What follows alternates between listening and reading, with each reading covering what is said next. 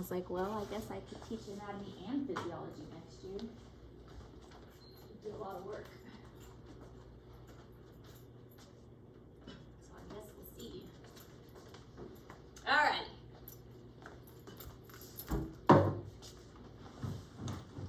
Okay, so we talked about this and the breathing, and so this is your tidal volume, so breathing normally, and this is kind of where we left off, and then your inspiratory reserve, so if you take a huge breath in, that's the going up part here, and the expiratory reserve is you release a deep breath out, and that's right there, and your vital capacity is deep breath in to deep breath out. And then you always have some residual volume, which is this right here. This is like the leftover. You always have a little bit left over, and this is the part that you can't get rid of because you've got to have a little bit left, keeping that alveoli open. So, the capacity is composed of two or more volumes, the inspiratory capacity and the vital capacity. You also have the functional residual and the total lung capacity, which is the overall. So inspiratory capacity is the tidal volume plus the inspiratory reserve capacity. So your tidal is your normal breathing, and then the functional residual capacity is expiratory reserve plus the residual volume. So again, residual volume, that's the leftovers. That's the what you can't get rid of. Even when you try and squeeze your lungs as much as you can, there is still a little bit left. So imagine you can also kind of think of your lungs like a sponge. All right, so you have a sponge and you squeeze that sponge as much as you can. The sponge is still wet. You can still feel the moisture on the sponge. The sponge is still wet. That's kind of the same idea with your lungs. You can squeeze your lungs as much as you can. There's still a little bit of air in your lungs. The vital capacity is the sum of the inspiratory reserve volume, tidal volume, and expiratory reserve. And then the total lung capacity is the inspiratory, expiratory, and then plus the tidal volume and residual volume. So it's like all the air. Everything that you can get in your lungs after a really deep breath, that's your total lung. That's everything.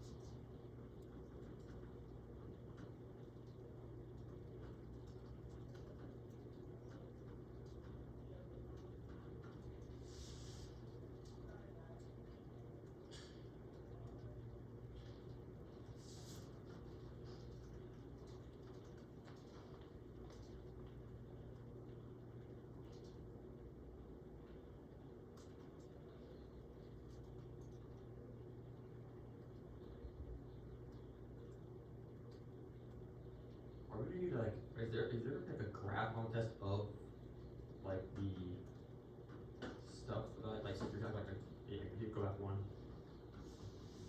It makes take all the Yeah. like this? Is there gonna be a graph on test of that? Maybe. Oh yes, okay. Alright.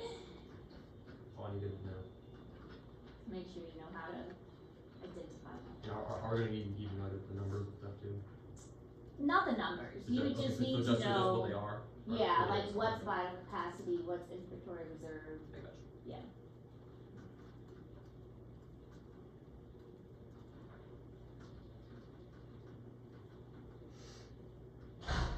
So yes.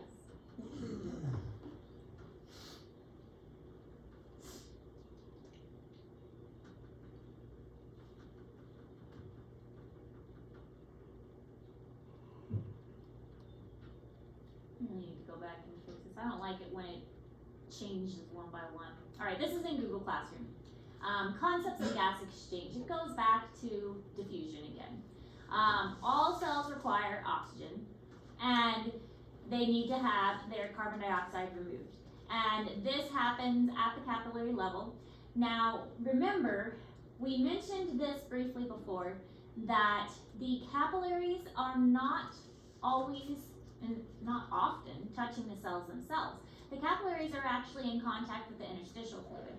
And the interstitial fluid is where this exchange is actually taking place. So here's capillary, here's a red blood cell. These are the actual cells, but here's that fluid. So the gas exchange is taking place with the fluid, and then the fluid actually has the gas take place with the cells.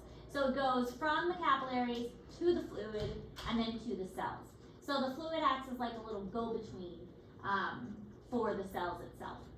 So all cells require oxygen for metabolism, and all cells allow that carbon dioxide to be removed and then the oxygen to be taken up at the capillary level. This is why it's important that capillaries have one single cell layer, just like we saw at the alveoli level. Alveoli have one cell, capillaries have one cell, and it's a squished kind of flattened cell. We already talked about the different levels, like the different types of capillaries. There's the fenestrated and the sinoid and the continuous capillaries. And some of the capillaries were more leaky than others. And if those capillary words didn't sound familiar, you better go back and study those.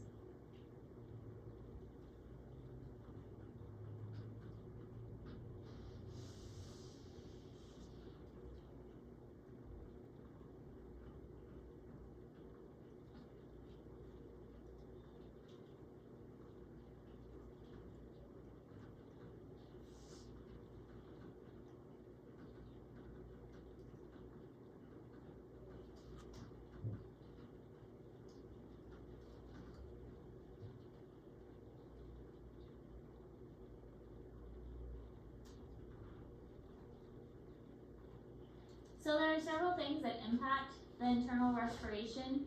The distance between the cells and the capillary, it's going to take a while if the cells are further away from the capillary, because not all of them are right close to a capillary. One thing we'll learn in the digestive system is the digestive tract is really highly vasculated with a lot of capillaries, but other parts of the body are not so much. They don't have a lot of vasculature.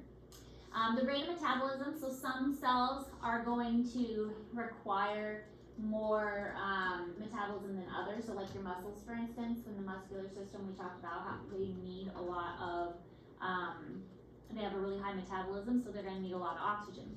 The speed of blood flow in the capillaries. So there are the sphincters that are going to allow blood flow to the capillaries, and then so they can get smaller or larger depending on how much blood is going to the area. And then also the capillaries themselves can vasodilate or vasoconstrict depending on how much blood we want to get to those areas.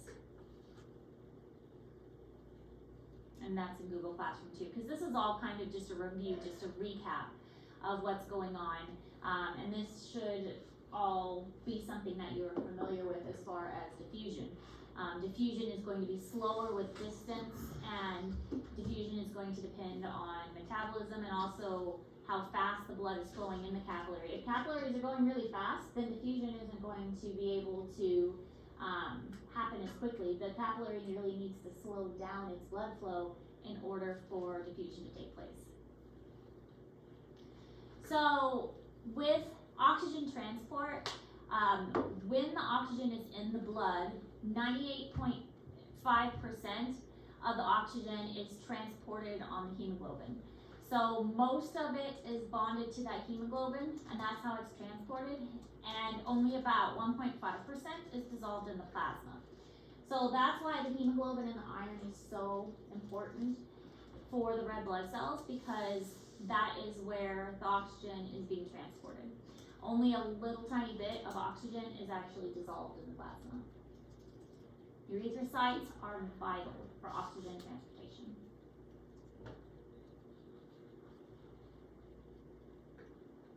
Isn't carbon dioxide dissolved in plasma?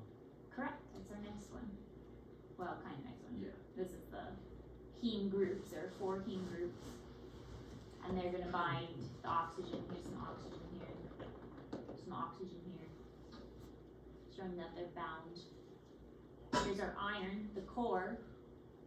So that's why if you're anemic, they tell you to take iron, because the iron is the core of the heme group. Without that iron, the heme group itself is going to fall apart.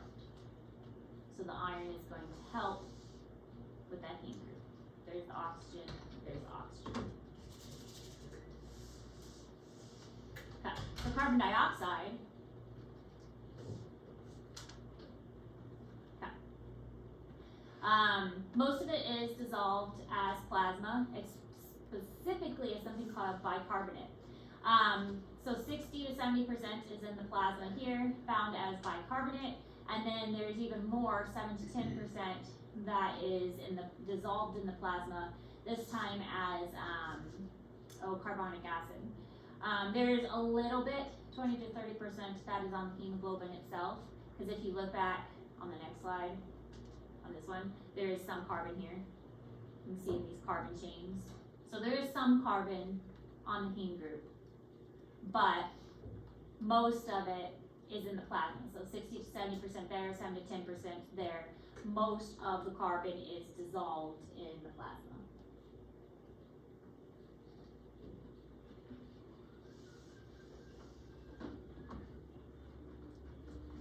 Take a nap.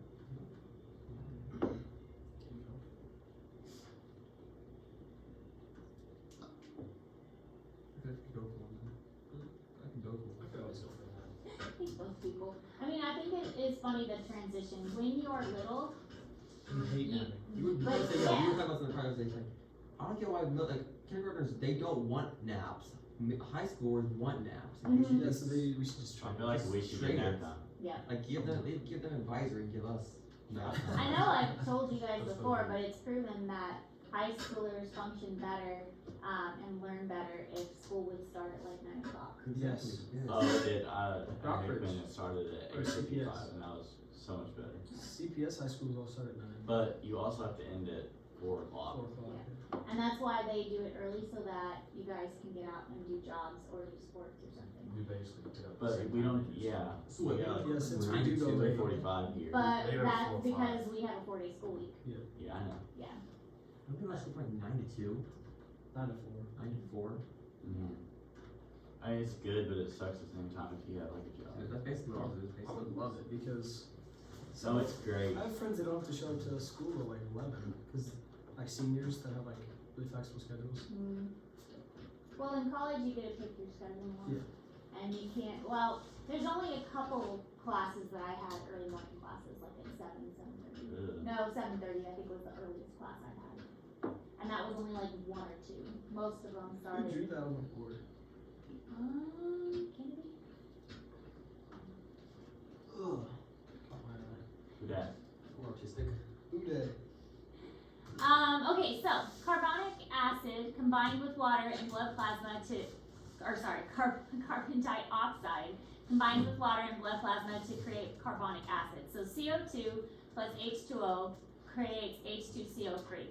So your blood can become a little acidic. However, the carbonic acid breaks down to release hydrogen ions and bicarbonate. So we got the H2CO3, and then it breaks down into H2 and HCO3. So this makes bicarbonate. Bicarbonate is kind of like baking soda, almost. So this is the opposite. This is a base. So this one's an acid, this one's a base. So your blood can actually take this and turn it into this, and this is actually a base. So it's interesting that our body can do that. So our body has the ability to manipulate the pH of our blood, but this is basically how our body carries carbon dioxide in our plasma in this form, specifically in this bicarbonate form. And then it carries that around, and when it gets to the lungs, the alveoli, it will drop off and change it out and transport it back into the lungs.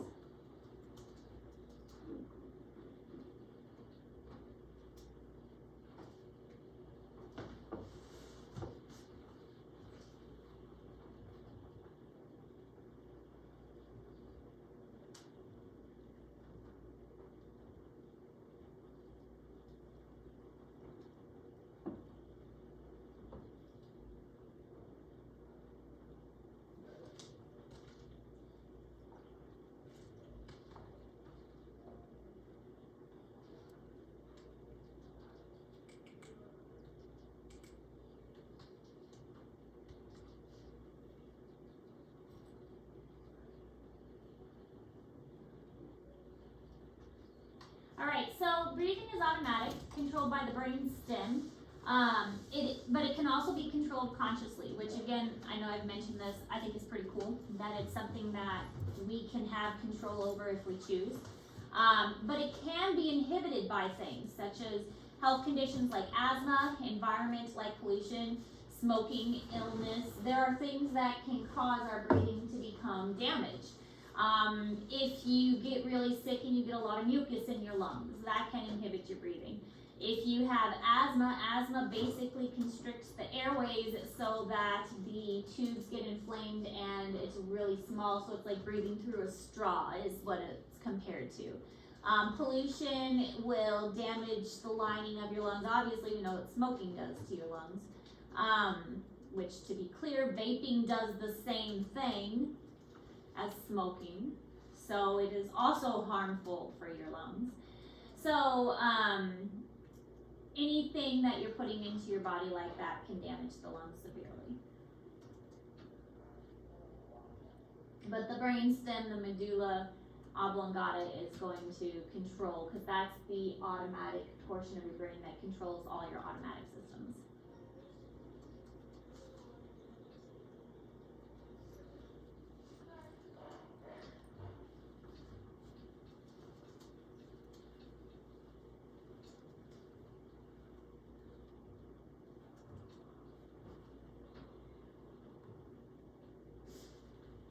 Sayers, I got my car towed at home. Toad? Yeah. Parked in the Domino's parking lot. Outside we were taking pictures, and Coach Combs was like, I almost got my car towed, because he was standing there taking pictures with us. And I was like, where'd you park? He's like, Domino's. And I'm like, oh shoot. So I freaking run out there, and they've got it on the truck. I'm like, stop. And he's like, you're gonna have to pay. He's like, alright, put it on the truck. You gotta pay for it. I was like, Pretty much, I'm gonna pay. $150. What? Yeah. Wait, just from like lower? They like took off of it Domino's? That's your and daddy's. then brought it back.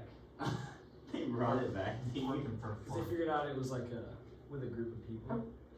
So like they brought it back. And Domino's was the one that called them Yes. I go there and throw a fit. Huh? Crash out of Domino's. Dude, What is Domino's? They wrong with had you? no one there. Like there was no one buying pizza. And they Yeah, were because they're just bored. Just let's just ruin these kids' nights. exactly. That's mean. Miles should go to his. Miles parked in no parking zone for like 30 minutes. He didn't even park it. Get towed. Was there just no parking around that area then? No, remember we take pictures downtown. And you pull off the side in a no parking zone and just snap some flicks and put it in and dip. That sucks. Happens. Well, I know, but it kills the mood. Because It did suck. I really thought they were gonna take it because it's my sister's Mustang. And I was like, oh no, it's gonna be gone.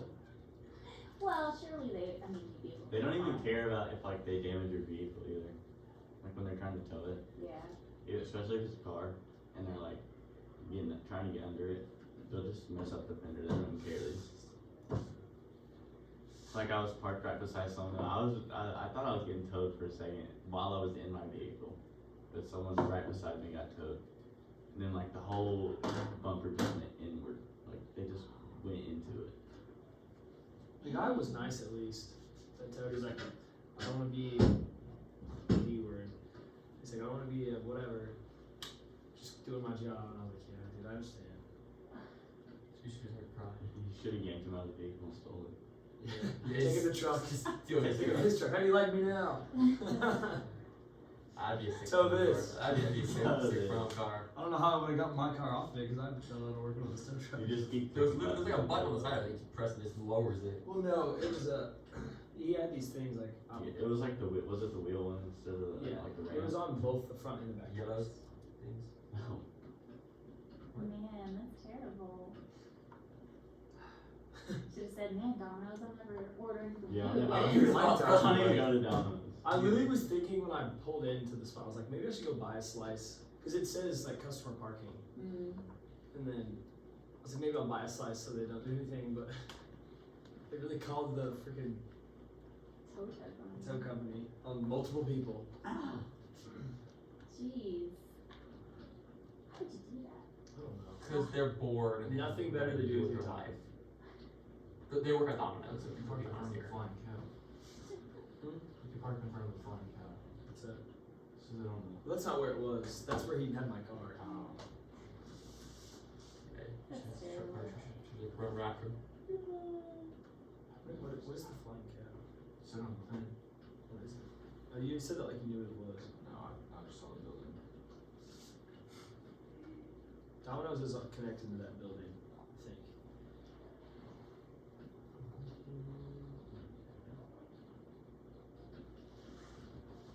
What would they have done if they towed the superintendent's car? I don't know. Steve would I would. I don't know. walk into Domino's. What's going on? Your problem? I'm the superintendent of the school. Alright, so, these are the parts of the brain. The pons controls kind of normal breathing, and then brainstem is below. So it is, and it's kind of in this area, and then spinal cord. If it gets severed, it's not going to be able to relay the breathing signals. So a lot of people, if they have injuries in this area, a lot of times they have what's called a trach, and a trach is a hole in the neck that goes into their trachea.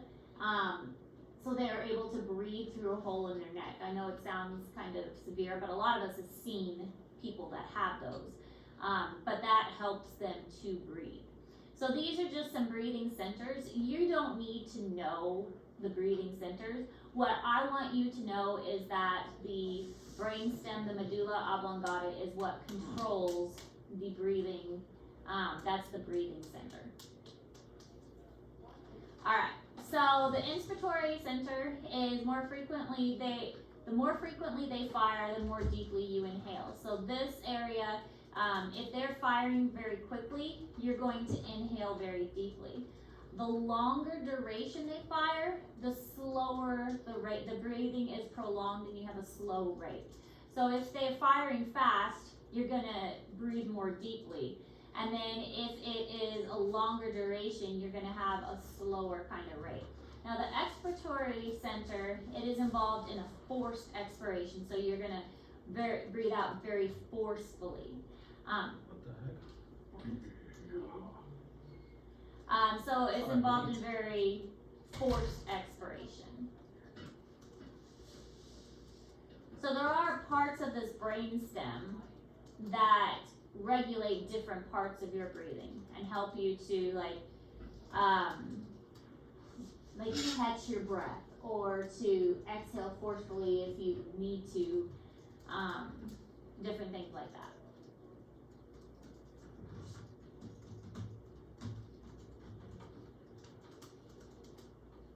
Who made you exhale forcefully? What's like a situation when you would need Running. I guess Yeah. so. Yeah. If the winging like I use, I think you said. It's not forced. I mean, I Maybe force. Someone's forced. Forcible. Yeah, I guess if you're What happens when you drink? when you what?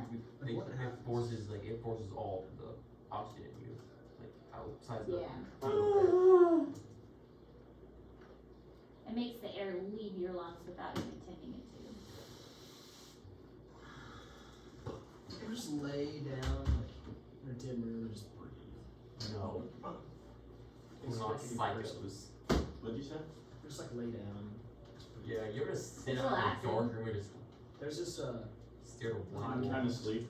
just Yes. one of the head pastors at my church, he Just does a podcast wait. and he just like walks you through breathing and then he like says a Bible verse, like walks through Bible verse. And I was listening to it one day and I passed out. Well, that's kind of deep meditation. Yeah. And if you can do deep meditation, it's supposed to be really relaxing and help you. Yeah. So, as far as respiratory development, lungs are one of the last things to develop in the fetus. Many infants born prematurely have trouble breathing, and part of the reason of that is surfactant is not produced until 24 and 28 weeks of pregnancy. So if a baby is born really, really early, then breathing and temperature regulation, those are the two things really. Breathing and temperature regulation. So a lot of the other systems are developed enough, but they can't breathe and they can't regulate their temperature. We can always put a baby in an incubator to help with their temperature regulation, but what we usually can't do is help them with their breathing. So surfactant, we already talked about the importance of that it keeps their lungs from collapsing on each other and sticking together. But if surfactant isn't even produced until 24 to 28 weeks, then the lungs sticking together is a problem. So babies can survive as early as 21 weeks pregnancy. That's the earliest, I believe, that a baby has survived, but it's not without complications and it's not a very high survival rate. Most babies produce enough to breathe normally by 34 weeks. 32 is kind of a safe zone. When I lived in Garden City, the hospital, we had a pretty decent hospital in Garden City. Babies could be born at the Garden City Hospital at 32 weeks. So I was always excited for all my pregnancies when they made it to 32 weeks. Because if they were born any earlier, we'd have to be flighted to Wichita. So 34 is a pretty safe area. But if a baby is born super early, a lot of times they put on a respirator that like pumps the air in really fast, and that's to keep their lungs from deflating. So it's a really kind of weird respirator that's just really fast, because they can't do the slow ones that you see in adults, because a slow respirator gives their lungs time to relax enough that it could collapse. But with a baby, you can't do that. All right, we're done. That's it for this unit. You got all the material you need for tomorrow's test. Are we ready? We're gonna be ready though. Okay, that's a good attitude to have. We're gonna be ready. Can I go talk to Coach White? Yes. Again, bro.